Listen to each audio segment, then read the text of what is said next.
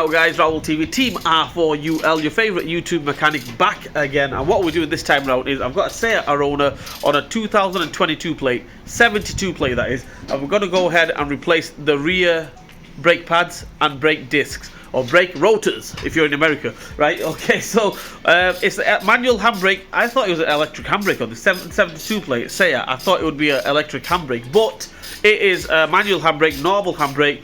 Good, we like them ones. Let's go ahead, let's do it. 2022 Seat Arona rear brake replacement. Let's go.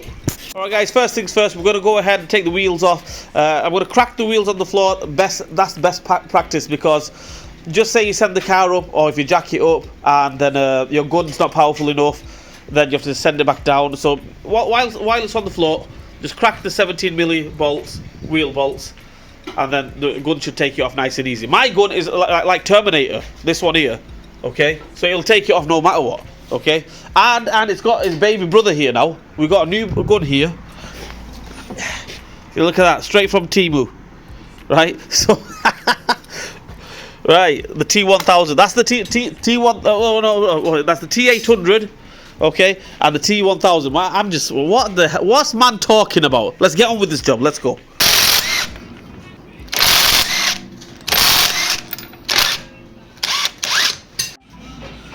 Okay, guys. Right, wheel is off. As you can see there, what we're going to do is we're going to go ahead and take this bolt off, take that bolt off. Two 13mm bolts. What you need is a 13mm spanner, socket, ratchet, extension, whatever you've got, and you need a 15mm spanner to hold that. So basically you're going to take that off, hold that one.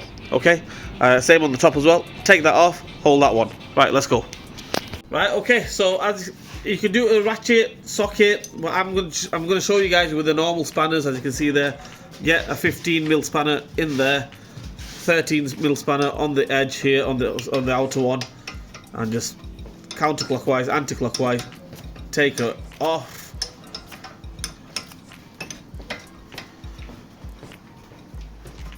There we go, take one off.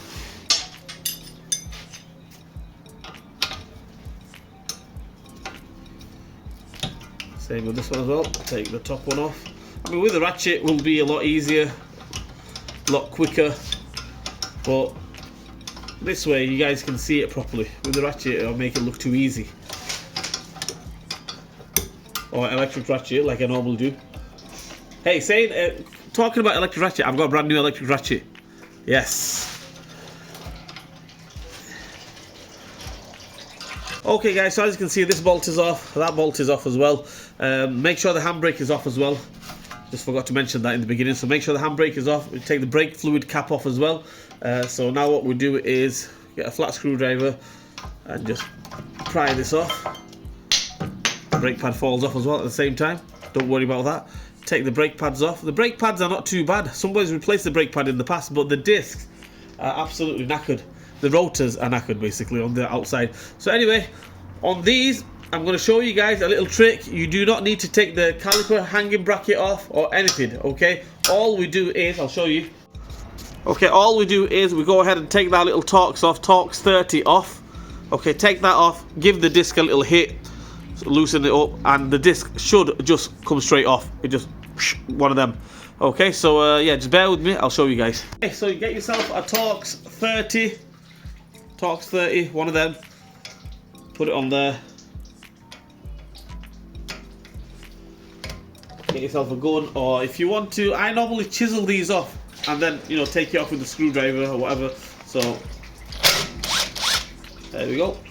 Right, okay, so after that, all you do is get yourself a hammer, okay, and just give it a little hit there, and then that here, the disc should, boom, just come off straight like that, just like that, Tommy Cooper, and fall over.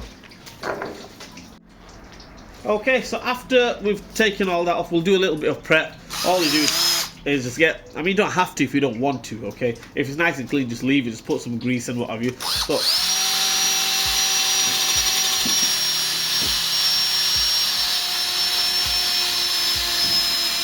a little bit of a clean out there. The hanging bracket.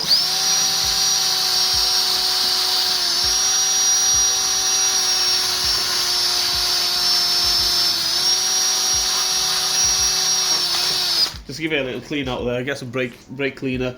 Make sure these sliders are nice and free. Okay, and what we're going to do is we're going to go ahead and wind this piston back in, this caliper piston back in, and yeah, replace it with a new one, a new brake disc, new brake pads. Let's go.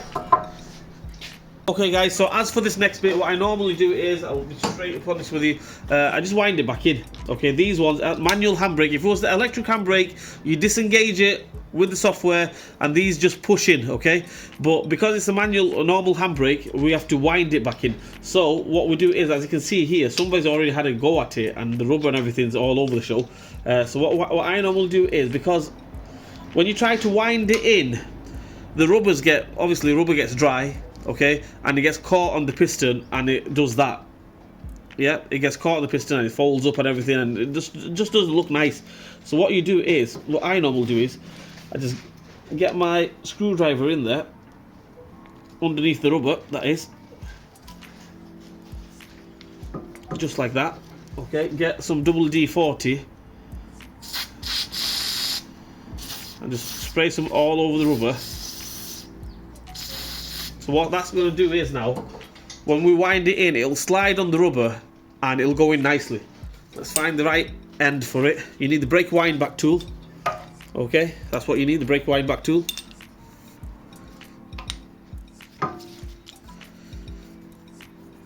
So if I would wind it out a little bit, because somebody's already messed about with the rubber and everything. So I would wind it out a little bit and then wind it back in. So just wind it out a little bit. Get it on properly.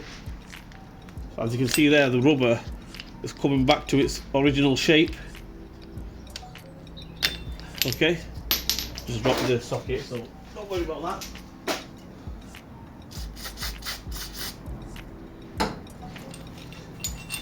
And now, because I've got a bit of double D on there, and it should wind in nicely. That's one thing. Another thing is the rubber, the rubber that goes around the caliper shouldn't fold over or anything like that. Everything should be okay.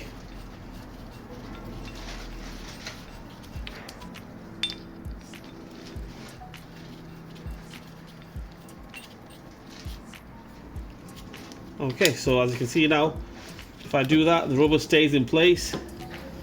Nice.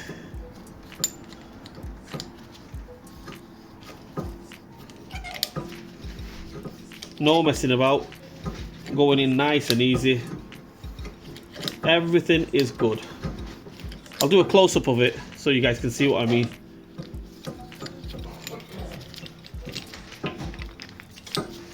Right, so as you can see there, the rubber and everything, I know it's folded everything there a little bit, because that's because the previous guy who did the brakes didn't put any double D40 on the rubber, and obviously it's got caught. Well, that, I would say 99.9% perfect. What we'll do is we'll get the brake disc on, get the brake pad on, readjust it. So what we need to do, well, when I get to that stage, I'll explain to you guys what to do. So what we do is, now we're going to get the brake disc on and we'll go from there. Okay guys, so as you can see here, we're ready to go back on. Brake caliper is wound back in. The hub, everything's nice and clean. We get the brake disc, the rotor, and exactly same way we took it off. Just angle it like that, in an angle, and then all you do is just turn it in. It should just go on. It will go on. It's just putting up a little bit of a fight, but it will go. There we go.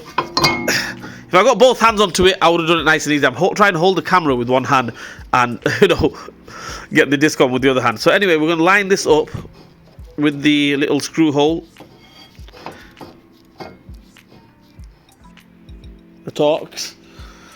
Get the Torx on.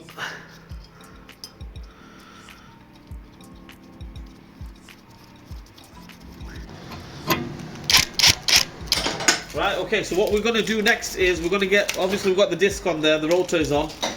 Okay, we'll get the brake pads on there. Don't put any grease or anything on the brake pads just yet, okay?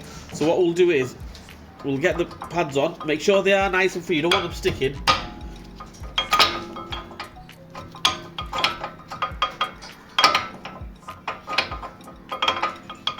That's okay. Just had a little bit of powder coating on them, so might need to force it a little bit to begin with, but then they should go on nice and easy. Okay, that's on nice. Okay, so that's on nicely. So the brake caliper now, what we need to do is we need to make sure it marries up with the brake pad. Okay, if there's a gap in between the brake pad and the brake caliper, then the handbrake will be rubbish. Okay, so what we need to do, if I put this on now, okay, as you can see there, I've just put that on now. There is about at least about 2 mil, 3 mil, which is okay. You can leave it at that if you want to. Okay, but I like to be, you know, we're our team R for UL, we're protectionists, aren't we? We want it to be right, we want it to be 100%. So what we do now is, we wind this back out a little bit, just a millimeter. Okay. So that should be now, I would say pretty much perfect. I'll go a bit more, still more, go more. Wind it out a bit more. The piston, that is. So basically it's touching the brake pad. Okay, that I would say is 99.9% perfect. Just touching the brake pad, and it's still free as well at the same time. Not binding. Okay, and it's touching the brake pad. Handbrake should be okay. So what we do is we take this off now.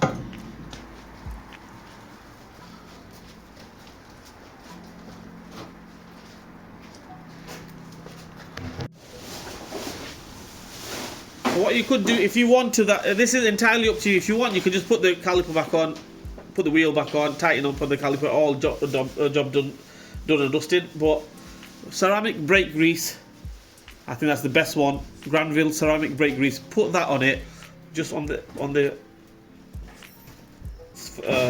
face of the pad. Okay, stops it from squeaking. I mean, back in the day they used to put copper grease on, but I think copper grease not very good, because copper grease, yeah, even by putting copper grease on, it starts squeaking and what have you, you know. Okay, so we've got the grease on there, as you can see there. Just going to put this on. Right, another little top tip I want to show you guys. On the brake pad here, okay, on the edge of the brake pad, I'll take it off so you guys can see. You've got these clips. This clip here, right, if you put the brake caliper on and the clip comes out through there, is wrong. Okay, they're the tension clips, basically, the tension springs. Okay, so make sure them springs don't come out through here. If they come out through here, wrong. Okay, it's not going to give no tension on the brake pad, and it's going to start rattling and things like that. You know, you don't want that. So what you do is make sure they're in there.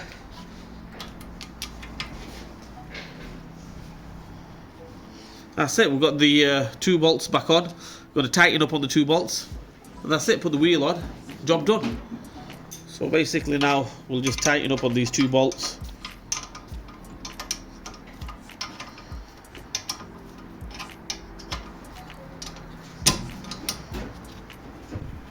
That's one.